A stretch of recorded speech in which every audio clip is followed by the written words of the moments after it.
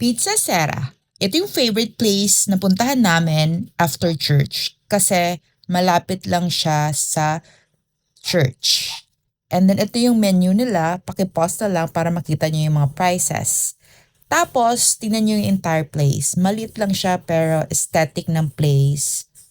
Tsaka sarap makipag-bonding with friends. Pwede mo rin yung celebrate yung birthday mo dito. So nag-order nga kami ng family set.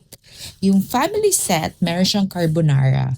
Masarap naman yung carbonara nila pero nakulangan lang ako ng konting asin tsaka cream. Yan. So yun nga, yung set nga nun is may carbonara, dalawang carbonara, may chicken tsaka pizza. So pinili namin yung dalawang flavor ng pizza. Isang pizza lang yung kasama dun sa family set pero pwede kang mamili ng flavor. So yan yung chicken, yan yung dalawang carbonara, and then yan yung pizza na dalawang flavor. At ito yung may-ari or anak ng may-ari ng Pizza Sera at ito yung itsura niya sa personal. Yun lang, bye!